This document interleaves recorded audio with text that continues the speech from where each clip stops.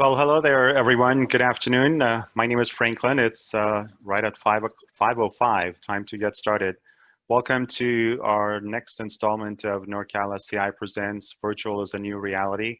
I'm very happy to have a good friend and a very talented friend uh, present tonight's episode. So um, let me sort of do a couple of house cleaning items. You have all been muted so that we could eliminate any kind of background noise from interfering with the presentation. And in case if you're wondering how you could pose questions, two easy ways. So first of all, the presentation is going to be roughly about 45 minutes or so, and then we'll have about 10 minutes or so at the end for any questions.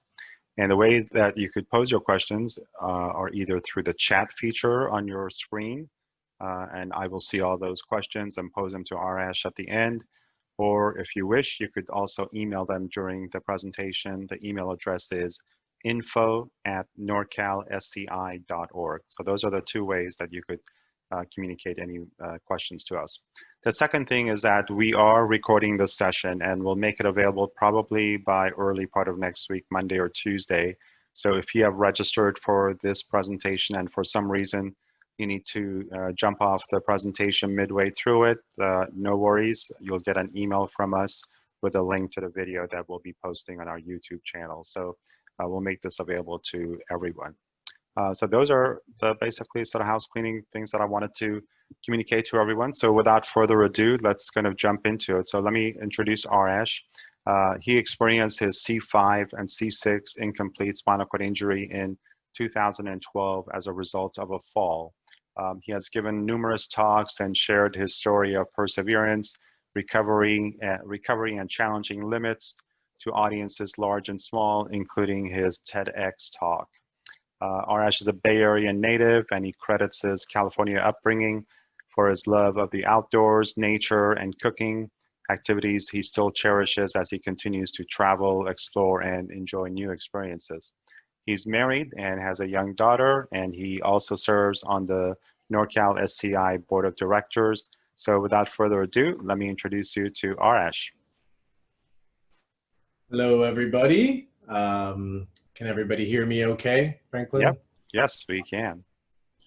Great. I am so excited to be doing this. I am probably going to get overwhelmed with excitement, and I'm going to try to hold back from going down too many tangents because cooking is a lifelong passion of mine. I've been cooking for pretty much almost 30 years now.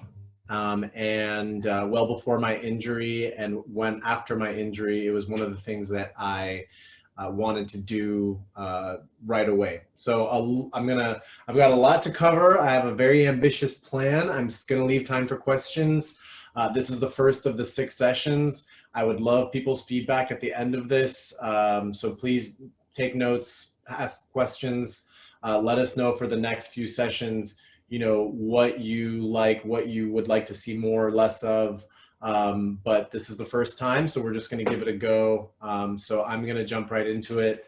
A little, just quick few words about me. As Franklin said, I was injured in 2012, and I'm a C5-6 injury, but I do have quite a bit of upper body function. I'm very lucky for that. So I do have a pretty decent use of my hands. I have a lot of grip in my pinky and ring finger. I have very little strength in my thumb and forefinger, but it allows me to do a lot, chopping, cooking, and I'm super, super grateful for that. So I realize people are watching, have different abilities, different bodily abilities. So please, you know, take whatever you can that's useful from this. I'm going to try to make things as easy and applicable to everyone as possible. But, you know, I'm definitely not an expert on adaptive tools. I know that there are some tools for many things. So, you know, I'm going to do my best and show you what I know. And really the couple of goals for this is I want to demystify cooking, and I want to enable everybody to get into the kitchen. So if you haven't cooked since your injury, great. If you have and you want to learn more, wonderful. If you have more physical limitations, then maybe it's something that you can direct someone else for you to do. And I also want to say that this is all in conjunction with the nutrition section that Shelley Wood presented a couple of weeks ago, and our sessions are going in conjunction with each other. So much of what I'm doing is going to be following up with Shelley's previous session. So if you haven't watched that, please do. And if you haven't, if you want to in the future, follow both of ours, because everything we're going to do in conjunction with each other. So that's pretty much it in terms of intro. For me, cooking is a passion. It's an absolute joy of mine. And since my spinal cord injury, it's become that much more important, because it's a passion that I've been able to relearn and retrain myself on how to do, but also because of health. One of the reasons that I kept cooking and got more into it, and I would say I'm a better cook now than I was before my injury, is because of health, is because of the benefits that come with cooking at home, from eating home cooked food, controlling my diet. Many of us with spinal cord injuries, as you know, we have, digestion issues and bowel program and etc. And I found that by cooking and having as much I can do in the kitchen, it's really helped me have a great, better health and as good of a quality of life as I can. So I've got a lot of stuff to show you. This is like the intro session. I'm going to talk a little bit about kind of what I do in the kitchen. I'm, as I said, a little bit of an ambitious agenda. I think I can get through it. I'm going to end today by making one dish, a simple dish that we can probably all enjoy if we like. So I'm going to jump right into it and say, I don't have an adaptive kitchen. I'm in an apartment. Nothing was adapted to me. I very much learned how to adapt myself to the surroundings and make the kitchen work for me. So if anyone is worried about cooking and they think they need to have a super adapted kitchen, maybe not necessarily. I'm not saying it's easy. And again, I recognize people's function levels are different, but you can do what you can and hopefully participate in cooking in whatever way you can. Maybe it's just chopping, maybe it's shopping, maybe it's coming up with a list of what you want to eat, whatever it is. So I'm going to jump into it and start with a little bit of intro to the equipment. Today's going to be a little bit more about just like what kind of equipment, what kind of things I use in the kitchen. And I kind of have 4 principles for my cooking. Number 1 is tasty. If it doesn't taste good, then what's the point?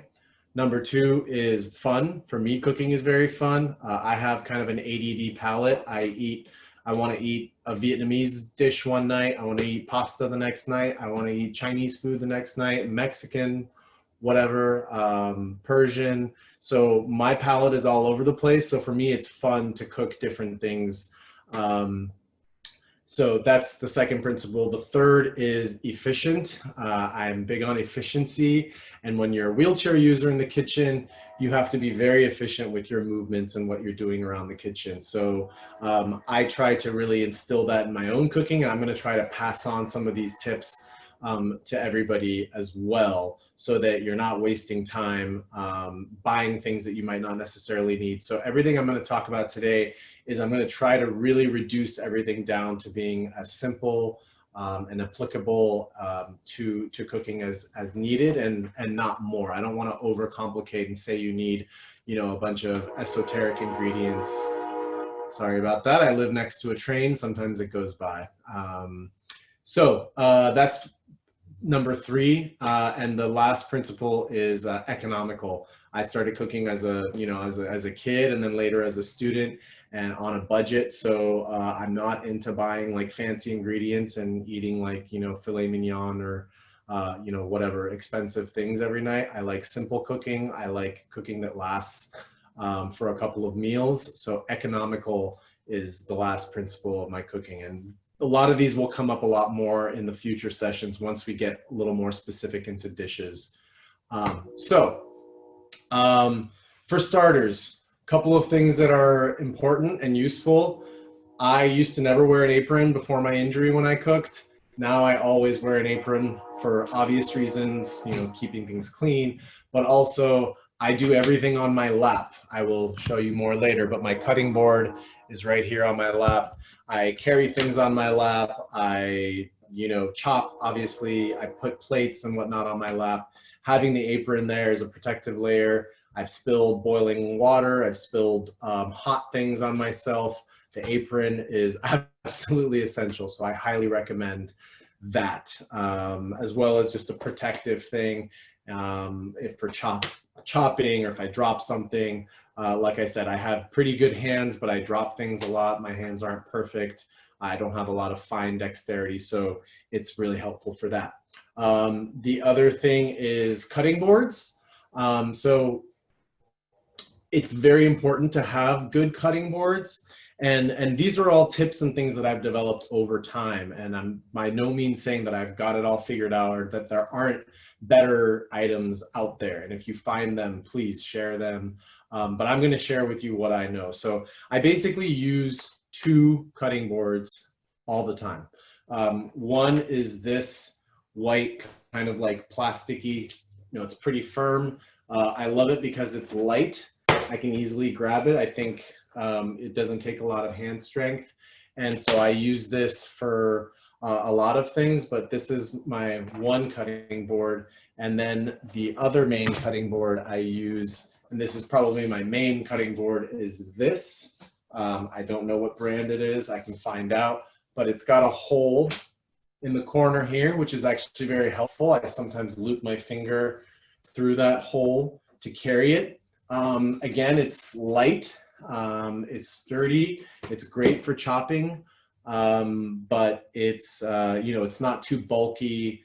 So again, these are kind of the things that I use, but there's many more out there. And if you find things, I've thought about maybe if I had a lip on the cutting board because things fall on the ground a lot. Yes, the kitchen floor gets messy when I cook. It's just the nature of the way things are, but hey, that's just the way it is. I'd rather have that and be able to cook. So let's see. The next thing I want to talk about is essential tools in the kitchen. This is a very useful tool. I'm surprised by how many people don't use this and how many kitchens I see without it. It's a simple spinner, salad spinner. And this is something I use all of the time.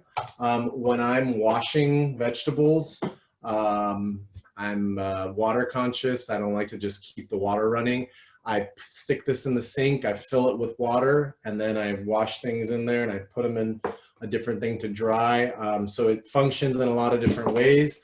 Obviously the strainer comes out, so I can use this if I've got some dried vegetables or something. If I had stuff that was soaking and drying, I can easily carry it. Again, this is very light. So the strainer, the salad spinner is my friend. And of course, the main function of it as a spinner, a salad spinner, as the name suggests, it's useful for a lot of reasons. And I really recommend this. I know, like, when I was a kid, there wasn't that many like bagged lettuces, and now like that's all you see. You see bagged spinach and arugula and lettuce and whatnot. And I love this thing because I really recommend. It's a lot more economical to buy like lettuce or whatever, you know, not pre-bagged, and wash it yourself. And so having a spinner really helps you do that. Drying your own lettuce, washing and drying your own lettuce, it's more economical. It lasts better. If you put wet lettuce in the fridge, it's gonna wilt and get spoiled quicker. So I'm a big fan of this. I think this is an essential tool in the kitchen. The next tool is on the same level, a strainer. You can't do anything in the kitchen without a strainer. This is probably like needs to be replaced. I've used the crap out of it, but it's light. It's got handles. It's wide. I like that. Honestly, when I bought it, I don't think I was like thinking that much about it. It's just kind of what I had, and I used it. And now This is every single day, because every day I'm washing stuff. I need to dry it. Washing fruit, to eat, or, vegetables, or whatever it might be. So whatever strainer, you got to have a good everyday strainer. I like that it's got the solid base on the bottom. So essential tool for the kitchen. I use this maybe more than, almost anything else on a daily basis for a number of things. So, and then lastly, on the same point, this is maybe not totally necessary. I also have, this is a fine mesh strainer, smaller, it's finer. So this is for like, if you want to wash things like grains, quinoa, beans, rice, something that the holes in that other strainer might not work as well. I use this. I've got a couple of these. I've got a few other toys and things here in the kitchen because I cook all the time. So by no means do you have to feel like you need to get all these things, but I'm just showing this since we're talking about it. The next thing I want to talk about is when you're cooking with a spinal cord injury, and I should mention too, I cook for myself and my wife, and now I have a almost 2-year-old, so I'm cooking for 2-3-ish people every day. So it's not a lot of people, but it's more than just me. So saving time is going to be a very big theme in the things that I present, not just today, but in all the sessions. I'm a big fan of using shortcuts and using simple tricks to help you save time. And so one of the things that help you save time is machines and things. So what do I mean by that? I have a blender, a food processor, and a chopper. I'm going to show you all three. You by no means need all three, but I'm just going to explain what I do with them so that you have a sense of why you might want some of these. This is a chopper. It's small. I use this for making sauces, dressings, chopping things up. Again, this is a big time saver. Or if you don't have good, strong hands, and you don't want to chop a lot, this thing is your friend. You can put herbs in here, you can put an onion in here, and you just push the buttons and it does all the chopping for you. Yes, you have to clean it, but it's pretty straightforward. So I like this thing a lot. I think of this more of a bonus. So if you only can get one of these things, I would not say this is your essential, but I like it a lot. I use it a lot. It's also smaller and easier to clean than a food processor. Number two is just your classic food processor. Chefs call it a Cuisinart, which is the brand, but in restaurant kitchens, people just call it a Cuisinart. This is just your standard food processor. You can do all the same things I mentioned in the chopper. In this, it's obviously larger. I use this to make hummus, to make any other, again, like sauces, to make pesto, to blend or kind of do, if I'm making a Mexican salsa or something, this is my friend. I tend to use this more for cooking and for savory, for what I'm going to eat, savory things, not as much for like smoothies and whatnot.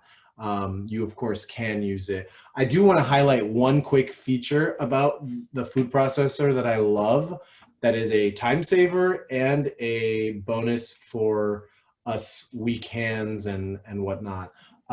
This comes with the food processor. I used to never use it before, but now I use it all the time. So this is the grater attachment.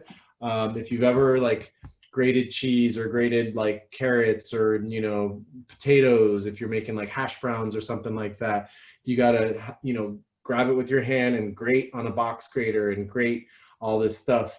That's hard, and my fingers don't have good grip for me to grab like a potato and grate it. I'll end up just grating my knuckles and having like a grated skin and blood, and that's not fun. So this is my friend. It's very straightforward.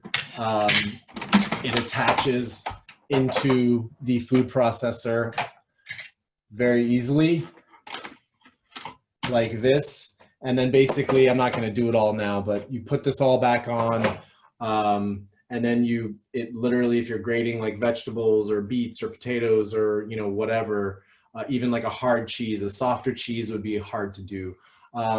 you just push down on whatever it is you're grating, and this thing spins around super fast and it grates whatever you have in literally like 2 seconds. So I cannot emphasize how much of a time saver this is.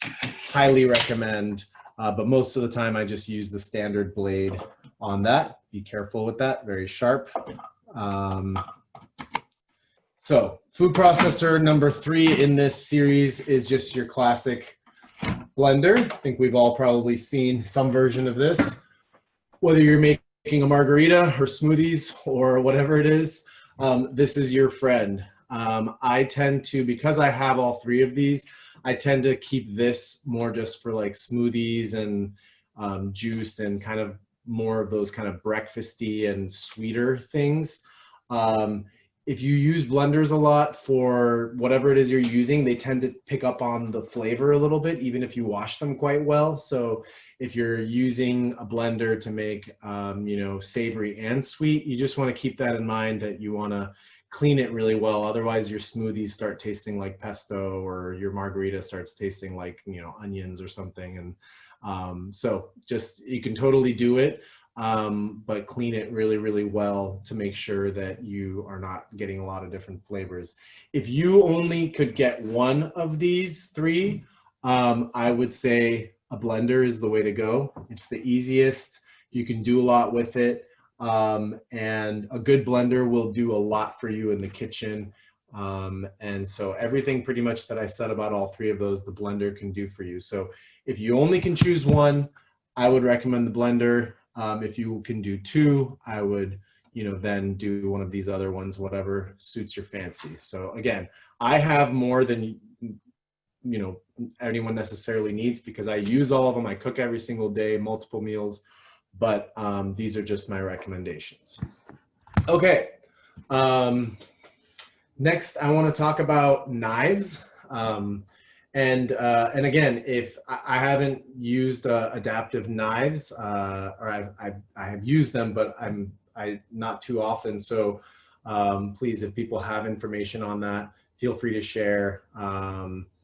But I know that there are really, really great adaptive knives that people can use for chopping, for cutting bread, whatever it is. So I'm going to talk about just what I use and the importance of knives and how to use them properly, because you'd be surprised how many poor knives I see and come across in different kitchens and people's homes.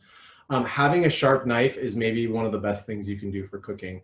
Doesn't matter if you're able-bodied or not, but most accidents in terms of people cutting themselves happen from dull knives. One of my first jobs was in a bagel shop, and I remember them telling us how important it is to have sharp knives, and how many people cut their fingers because the knives aren't sharp.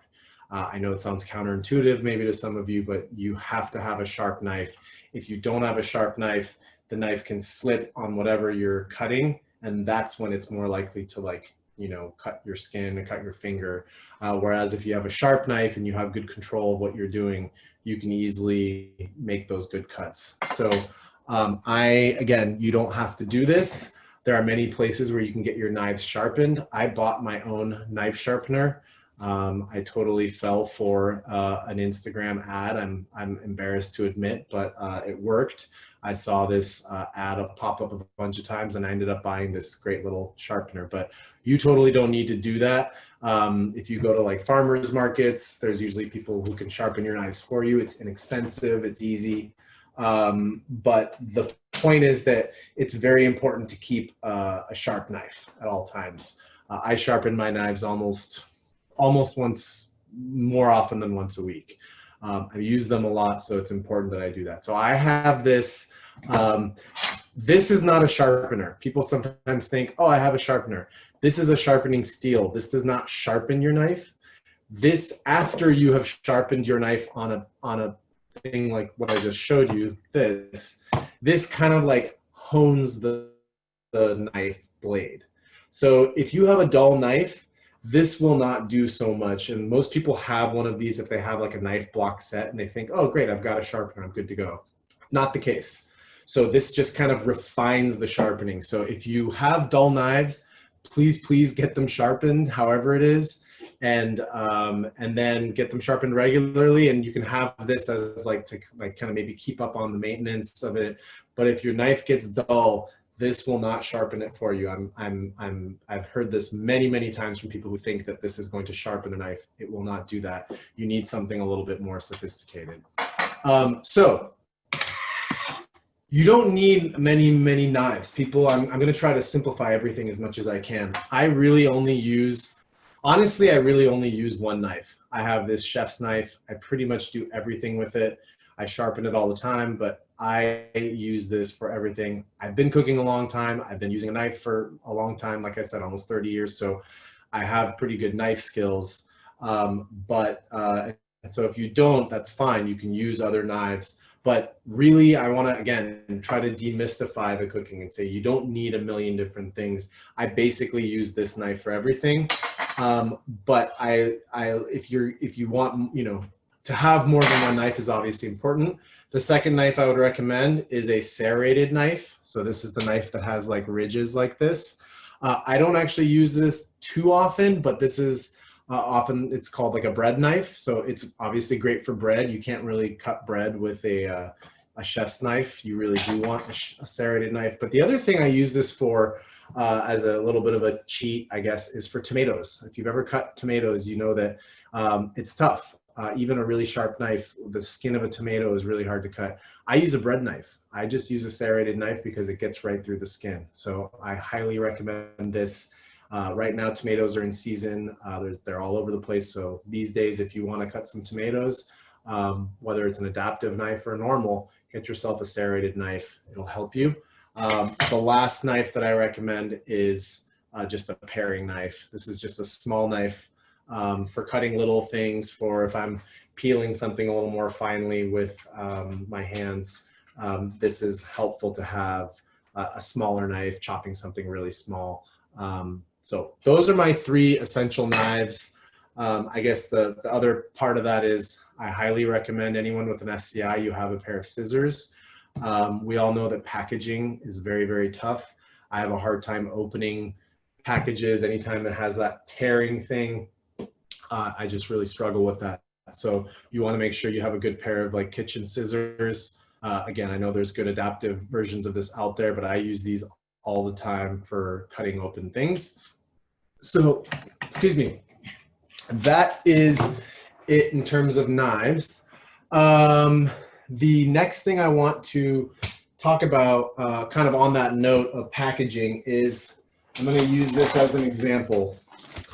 As someone with an SCI, I can't stand these like zippered things where you have to like press the zipper thing closed to close the bag.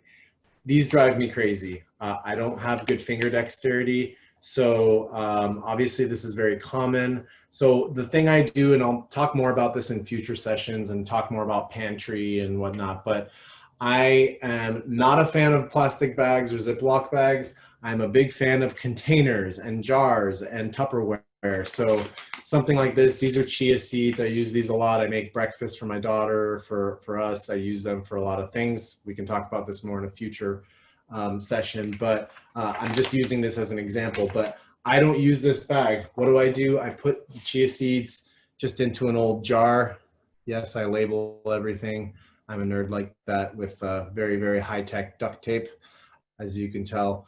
But this is what I do. And yes, I can open jars. So this is my friend. I love containers. Another thing that I recommend, if even like opening a jar is really hard, if you have less hand function, is something like this. I use this for coffee beans, but you can get you can get jars like this. You can get containers like this. So this is really easy because you don't need to unscrew anything. All you need to do is just kind of flip this top, and then you've got your air sealed, very low on coffee, unfortunately, but you've got your air sealed container. So I'm a big fan of these things. And like I said, I don't like bags. I don't like, because I just can't stand closing those things like that. So that was a quick word. I hope that's useful. The last thing I want to show you on this side of the kitchen, and then we're going to move to the other side, is a very good friend of mine in the kitchen, which is the toaster oven.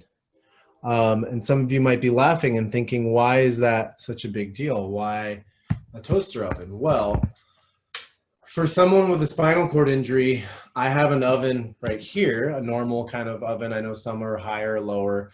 It is really, really hard for me to open the oven and reach down in there and grab something heavy out of there. So I use this toaster oven all the time. It's on the counter, so it's at eye level. So I can easily open this. I can reach things in here. It comes with a little roasting tray. So if you're ever like roasting vegetables, or I make my daughter roasted sweet potatoes or something, I use this toaster oven before I use the regular oven, if I can. Obviously it's smaller. I can't bake a lasagna or, you know, do something big in there, but for everyday uses, this is such a versatile tool, and it's so much more than just toasting bread. So I highly recommend that if you have, you know, if you want to start cooking, or if you want like an easy tool to make your cooking easier, you get a toaster oven. It takes up a lot of counter space for sure, but if you have it, it can be really, really helpful. Like I said, I use this for reheating food. If you got leftover pizza and you want to heat it up, I don't like microwave heated up pizza. It gets kind of, you know, soft and soggy. I like throwing it in the toaster oven. It crisps up again. It almost tastes like it's made fresh. So I use this thing all the time. I cannot encourage enough how useful of a tool the toaster oven is for cooking, especially for someone with a spinal cord injury, especially because I can, you know, easily grab something out of here with an oven mitt, of course, if it's hot. But, you know, I can put it right up here to rest. I don't need to reach down into the oven, and I can't really grip like a baking sheet well with my fingers. So this is my best friend. So now that I've regaled you with the tales of the toaster oven, let's move on to the next important pieces of equipment. Pots and pans, very important, obviously.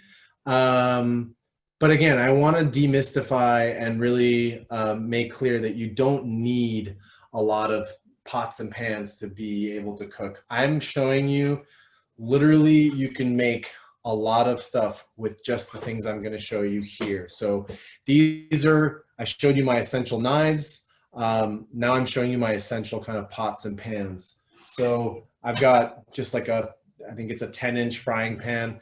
This is workhorse. I use this all the time for all kinds of things. We'll talk about it more as we get cooking more, but yeah, you can imagine omelets, eggs, vegetables, quick little something. I use this all the time. Similar to that is just a larger version. This is a 14-inch frying pan. It's a lot wider. So I make a lot of stir fries. I like a lot of like stir fry dishes, and I have a wok, but sometimes I don't want to use it. It's big, and so if you don't have a wok, you can just use a frying pan. And sneak peek, we're going to use this in a few minutes to make the dish that we're going to make today. And then I'm going to show you just the, honestly, really the two pots that I think you really need to cook. Again, not everything, but nearly everything. A big pot, this is a large pot. I use this for, I mean, it's been through quite a bit with me. It probably needs to be replaced soon, but cooking pots of anything. So chili, pots of beans, pots of, you know, whatever, tomato sauce, pasta sauce, anything that needs a lot of space, boiling pasta, making a big thing of rice, whatever it is, this is your friend. There's obviously a million different sizes and variations. I'm just giving you the basic ideas for now. So you really, I can't even tell you, I've got other pots, but I use that pot literally almost every single day. Lastly is a saucepan. This size, I have smaller sizes as well, but this size, and I don't remember, maybe it says 2.5 quart. I don't know exactly how big that is, but this is something I use for making rice, for making a small amount of something, making quinoa, you know, anything like that. This is a workhorse pot. Again, this is something I use all the time. So that's it. You can do a lot with just those 4 pots. So, you know, keeping it simple. I'm trying to just keep it, make it as easy for you all to understand that you don't need a lot of gear to be cooking. So I know I'm talking a lot, I'm moving fast. I've got a couple more things to cover before we get cooking and we can do some questions. So if you're still with me, thank you, bear with me. I'm gonna cover a couple more things. So a question I get a lot from friends who don't cook as much is like about oils and what you need. Again, I told you my 3 essential knives. Now I'm going to tell you my 3 essential oils. You don't need a bunch of different things. You don't need a bunch of different items in your kitchen to do a lot of things. I literally use these 3 oils pretty much for everything. I'm not including butter. Butter is also a different kind of fat you can use to cook. I don't use a ton of butter. I'm mostly plant-based these days, but I have butter for certain things. But that's also the 4th, so keep that in mind. But really, I want to show you that number 1 is olive oil. We all probably know a lot about olive oil. Salad dressings, cooking, really a number of different things. I'm not going to list all the things olive oil is known for, but this is an essential item. Using this for a lot of different things, but olive oil has a low smoke point. And so what does that mean? That means that if you're cooking something at high heat, like a stir fry or something, it can burn. So when olive oil gets really, really hot, it can burn or it can turn a little bit bitter and rancid. So you don't want to use olive oil for like frying things or like stir frying, and the flavor is not really great for like stir fry. It's a weird mixture of flavors. So that's about one of the only things that you don't use olive oil for. But for the most part, olive oil is like the king of oils in my kitchen. I buy a big thing of it at Costco. We could talk more about that again later on, but that's oil number 1. Oil number 2 is just a vegetable oil. This is avocado oil. This is an old Trader Joe's bottle that I just refilled with avocado oil because I buy avocado oil at Costco. Again, it's cheaper, it's high quality, and I use this bottle and I just refill the bottle every time from the bigger bottle. So avocado oil, this is a neutral oil. It doesn't have a lot of flavor. So if you're making a dressing that you don't want a lot of flavor from the oil, avocado oil is your friend. And then I use this for stir fry. Stir fries, any kind of high heat cooking, stir fry noodles, et cetera, et cetera. Avocado oil is oil number 2. And then oil number 3, and this isn't even really that essential, I'm even going to say, but I cook a lot of like Chinese, Japanese, a lot of like kind of Southeast Asian flavors and dishes. So I like sesame oil as well. Again, it's not very good for cooking. Sesame oil, actually, if you heat it up too much and try to cook in it, I think there's something where it has like some stuff it can like not be good for you somehow. I don't want to, don't quote me on it, but there is something about you don't want to use sesame oil for, you know, like high heat cooking. It's more useful as like a finishing oil. We're going to use this in a couple minutes. So those are my 3 essential oils. So again, you don't need a lot of different things to be able to make good food. So just a couple other things to share with you before we go to the next, to actual cooking, is I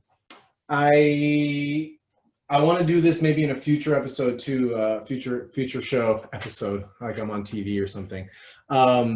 But Trader Joe's is a really good resource for many of you who live in Northern California or many other places. If you have access to Trader Joe's, I recommend it. Again, these are for time-saving tips. So I'm just going to show you real quick a few items that I like to get at Trader Joe's. These are kind of things that I get regularly, and these are things that save me time, make cooking really easy, are versatile, and maybe save even like, you know, functions that are harder for me to do. So I'm just going to share with you real quick.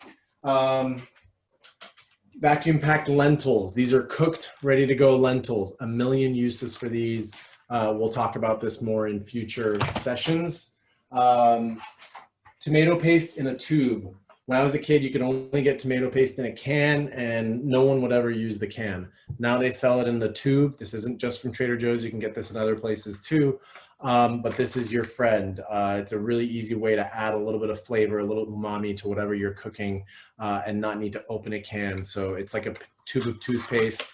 You can keep it in your kitchen, screw the cap back on, and use it again later. So another item I love. These three items I just got because I use these things a lot. And again, other places have it too, but I just like getting them from Trader Joe's. Shredded carrots. Back to that whole grating thing I was talking about. You can put these in salads. You can use them in like fritters. You can do all kinds of things with them. Shredded cabbage, a slaw, a little salad you want to put on top of tacos. I love making tacos a lot. I love tacos. Who doesn't? But shredded cabbage is your friend. Not the most economical, because this is probably about 1/6 of a head of cabbage that if you do the math, and I'm a nerd so I do this, but I usually make my own, chop up my own cabbage. But this is a really, really useful time-saving tool for making great salads or using in a lot of different ways.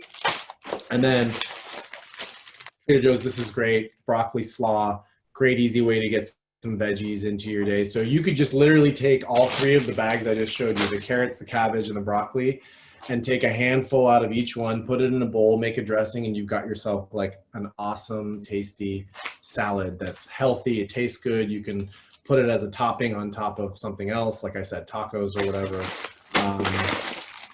Or, you know, that's a really easy thing. A couple more items to show you is, actually, I'm going to do this olive oil spray. This is really, really great. Use this for a lot of different uses. If I'm roasting vegetables, I can just spray this right on the vegetables, stick them in the toaster oven, and it's olive oil, so it's better than using like vegetable oil. But I also have vegetable oil as well. And then Trader Joe's coconut milk. It's actually pretty good quality, and it's very affordable. That's another item I recommend. And it's got this little, you know, pull top thing, which sometimes I love and sometimes I hate.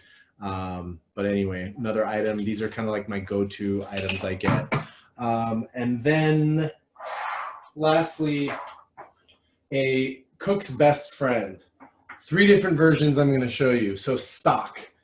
What is stock? Stock is just basically a concentrated, usually traditionally a liquid. So chicken stock, beef stock, fish stock, whatever it is, it's usually made from the bones of that thing, or vegetable stock. And it's just when you boil something in water, you get the flavors out of it. You use that for cooking. It's something very, very easy tool to use to make your cooking much better.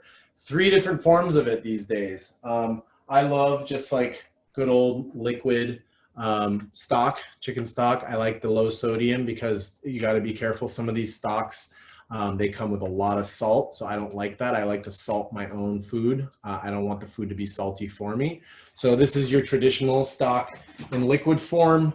And then I buy this from my other supermarket. It's powder, and so you mix this with water and make a this is like a concentrate. So this is a powder, so this is great because it's dry and I can use as little or as much as I want. I don't have to open any containers.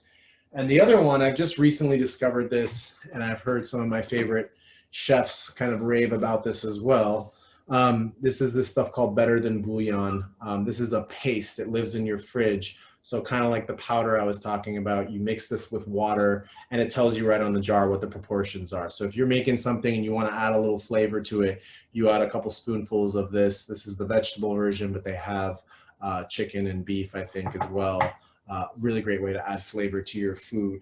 So I've got a couple more things there, but I'm going to jump right into the last part of this session and show you real quick some chopping basics if I can. I'm probably going to only have time for 2 of these. So I use onions, chopping up onions pretty much for everything I make. I feel like every meal I starts with onions. So how to chop onions is very, very useful. I'm going to do that real quick. I'm going to show you how to do onions and garlic. Don't worry if you missed this. There's a million videos on YouTube as well. But I'm going to show you just so you see kind of how I'm doing it in the kitchen. So I've got a half an onion here. I want this like at a small dice. So what I'm going to do is, and if we can angle, thank you. My wife is being my camera person, which is lovely. So I'm going to take my knife and I'm going to not cut all the way through. I kept the end of the onion on for this reason. I'm going to cut all the way down. And the more you do, the smaller it's going to be. So you could go really, really fine. But if you see, I'm not cutting all the way to the end. I'm leaving it intact. And then all I do is I go across horizontally. You don't have to do this. This is just giving me a finer dice. So you see the onion's still all there. And then I just cut through. And I've got a nicely chopped onion. We can talk more about knife skills and whatnot. But that is the easiest way to chop an onion. I'm surprised by how many times I see friends chopping onions in really weird ways. Step number 2 I'm going to show you for chopping. And again, I know I'm sorry I'm rushing through this a little bit. Garlic. I love garlic. I use way more garlic than probably is necessary, but I don't really care because I love it and it tastes great. So I've got garlic clove right here. What do I do? How do I deal with this? So if we can go back to the cutting board, very simple. I take the garlic clove.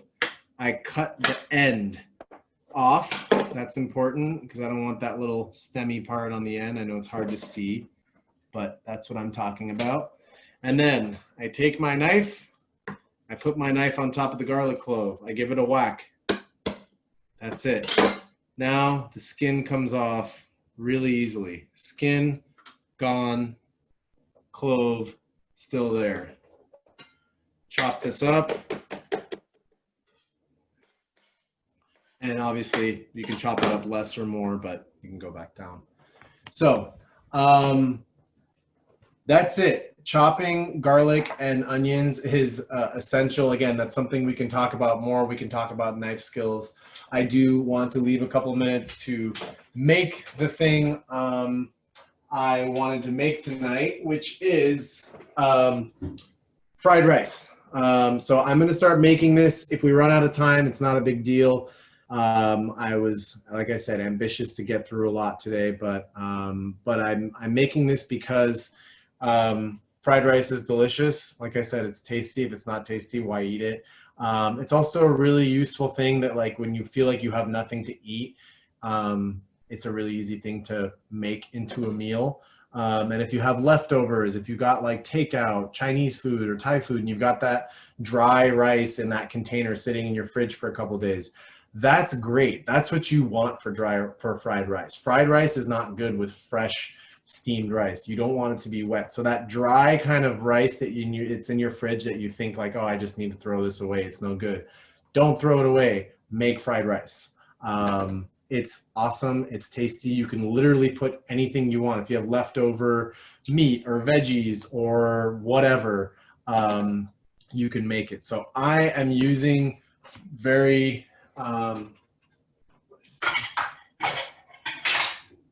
I've got my rice here. This is just plain white rice. Again, you can use takeout rice if you have that. You can use brown rice, whatever you want. And I've got my pan here I showed you earlier. I've got the heat on high. What I'm also doing is I wanted to show you that if this was an adaptive kitchen, I would have the dials for the stove right here in the front. Unfortunately, they're back there in the back, and so I have to reach across pans all the time. I've burned my arms many, many times. Please be careful, but it's just the way it is. But I would love, if you have a stove that has the dials right here in the front, you're already a step ahead because it helps you quite a bit. So will you grab the vegetables? I'm going to show you, this is like the simplest fried rice you can make. I know there might be questions, so I'm going to open it up in just a moment. So I'm just going to show you, this is another Trader Joe's frozen item. It's just stir-fry vegetables. I'm making this recipe as easy as possible. So it's literally rice, stir-fry. These were frozen. All I did was leave them out to thaw a little bit to get the water out, because if you have wet frozen vegetables, that turns into water. That makes everything kind of soggy and gross. So all I did was drain those and get them ready. So that's that. So you literally saw what's in there. And then I rummaged around and I found some peanuts in my pantry, just some whole roasted peanuts, unsalted. I like to salt my own things, and I had a couple green onions that I chopped up. So again, these are optional. You can literally put anything you want. You can put frozen peas, you can put corn, you can put eggs, you can put whatever you want, but the fundamental remains the same. So I'm going to just tell you what I'm going to do real quick to get going, and then I'll open it up in case there's questions to ask. All I'm going to do is I'm letting the pan get hot. I've got my avocado oil. I'm going to put the oil in. A couple tablespoons is enough. And I'm going to put my veggies in first, then the rice, and then I'm going to use the simplest seasoning in the world. And I'm literally just going to season it with soy sauce and sesame oil, which I talked about earlier. That's it. That's all that's going in here, and you're going to see how good this is. So I'm going to start doing that. If we run out of time, no worries. If people need to go, no worries. But if you have questions, maybe Franklin, you could, we can take those now. Yep. But let's do that. Let's do that so that we could let people go with the rest of their evening. So we have a bunch of questions. Any tips for moving a heavy pot, i.e. a pot full of food or draining pasta? Yeah, this is a tough one. I use my lap.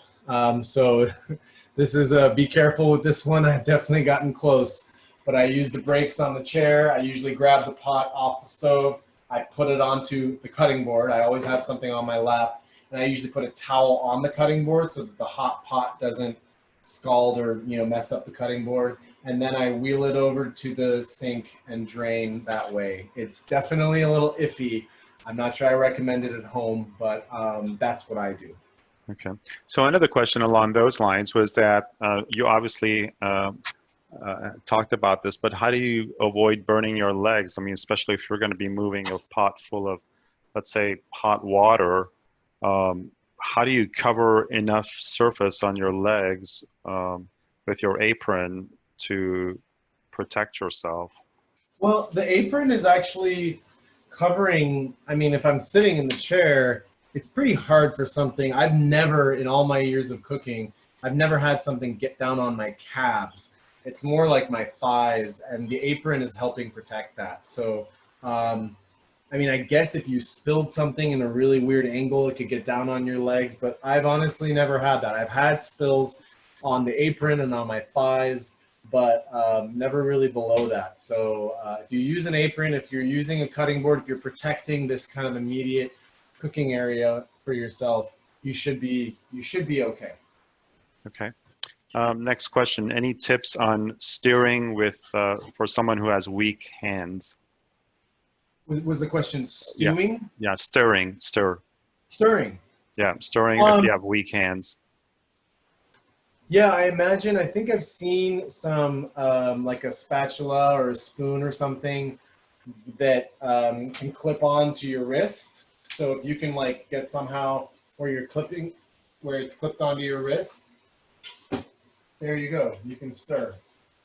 Okay. Yeah, that's. Okay.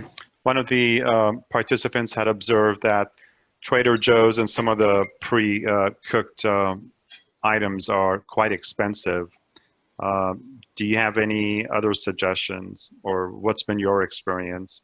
I do, and I'm very, very cost conscious. Actually, there's things I showed you are not very expensive, like the lentils.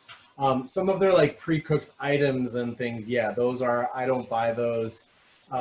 Maybe we can talk more about that. If people have specific questions, I'm always happy to talk about that. Some things are really, really good value. Some things are not. The things I showed are generally pretty good value, but like I said, like the cabbage and the carrots, those are pretty good for how much time they save, because you always got to do the calculation of time as well. It takes time to like grate carrots or wash something and chop it up. You always got to make sure. It might cost like $1 more when you're buying it versus the non-ready to go thing, but that might be worth it. And in some cases it's not. And so I don't really buy the things that I think are poor value, but the things that I showed are generally better value. Okay. A question is, do you have any favorite chefs you follow that keep cooking simple but plant-based? Simple but plant-based chefs. I got a lot of chefs that I like. I got a lot of chefs that make plant-based dishes. I have to think. Oh yeah, there's some people on YouTube. I can send those out if you want. There's a lot of great cooking stuff on YouTube. There's not as many like celebrity chefs that are plant-based yet. I hope there will be, but there's a lot of great channels on YouTube. I watch a lot of those. I learn a lot from those folks. So a couple that come to mind is Rachel Ama. Another one I follow a lot is Mary's Test Kitchen, I believe it's called. She makes really great plant-based versions of things. So, but I can dig those up and send those out to whoever's interested as well. Okay. Next question is someone who wants to know, they're basically sort of height challenge because, you know, the stove might be a little too high and they want to know how to identify when the water is ready, when it's boiling and if it's ready. Do you have any tips?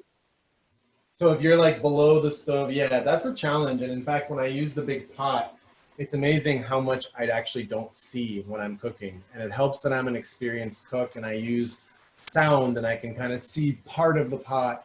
But I have heard of like you can install mirrors. I remember when I was in rehab, they actually had, and this is a pretty straightforward thing. It shouldn't cost a lot or be complicated. I think they had a mirror on the back wall, and then they had another mirror like here where this microwave light is. So you can you just figure out the angles and then you've got a great mirror. I should actually probably do that. That's a really good point. Yeah, I think that's a really good solution is using mirrors. Obviously, if someone's there to help you, they can, but I've kind of gotten used to literally a lot of times, especially if it's on the far side of the stove, I don't even see all the way what I'm doing. And sometimes it comes back to bite me because I've stirred one part of the pot, but I haven't stirred the other part of the pot that I didn't see and stuff's starting to get burned or something. So, you know, you make do with what you have as best as you can. Okay. We have a comedian among us. They want to know what your address is so that they can come over for dinner tonight. It is Franklin's house in wherever he lives. He'll buy you dinner. How's that? No, no. Hey, and if these sessions, if the future sessions go back into live once we're past this whole COVID thing, then we can do this all in person. And whatever I'm making, I'm happy to share. I'll make a big pot of whatever and share with everyone. So for now, you know, it's virtual, but maybe we can at some point in a few months get back to in-person events. And in that case, you're welcome to taste. Yeah. What is your go-to item, sort of food item that you use frequently among all the types of foods that you prepare? I think item it's not very specific. I don't know exactly what you mean, but if there's like a go-to dish, I would say it's stir fry. It's kind of what I make wherever I am in the world, wherever I am. A simple stir fry, because you can always find rice or noodles. You can always find whatever vegetables you have on hand. If you're using meat, you know, you use it's just so versatile. And literally all you really need is like soy sauce or just salt and pepper or, you know, whatever. So these are ingredients you can find everywhere. I would say that's like my go-to. If I don't have time to think, if I don't have time to like plan, I just need to make something. It tastes good. It feeds us. I'd say like a stir fry is probably my go-to dish. So if you had it, if the question was different from that, please send it along and I'll answer separately. But in terms of the way you phrased it, I'm going to say it's that. Okay.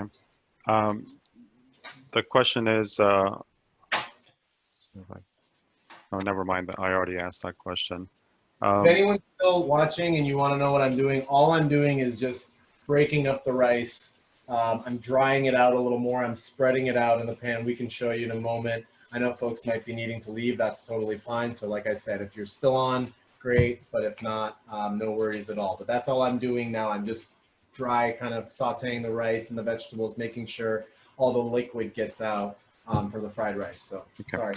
Someone wants to know, at what age did you switch to a more plant-based diet? Yeah, that's a good question. It was a gradual process for me. I would say it really kicked into gear about a year or two after my spinal cord injury because as many of you all know, I mean, the bowel thing is obviously a big challenge. And I found that the more that I was eating meat or especially cheese and dairy, the harder my bowel program was. So sorry to bring up poop while I'm cooking, but I have to. You asked, so I'm answering.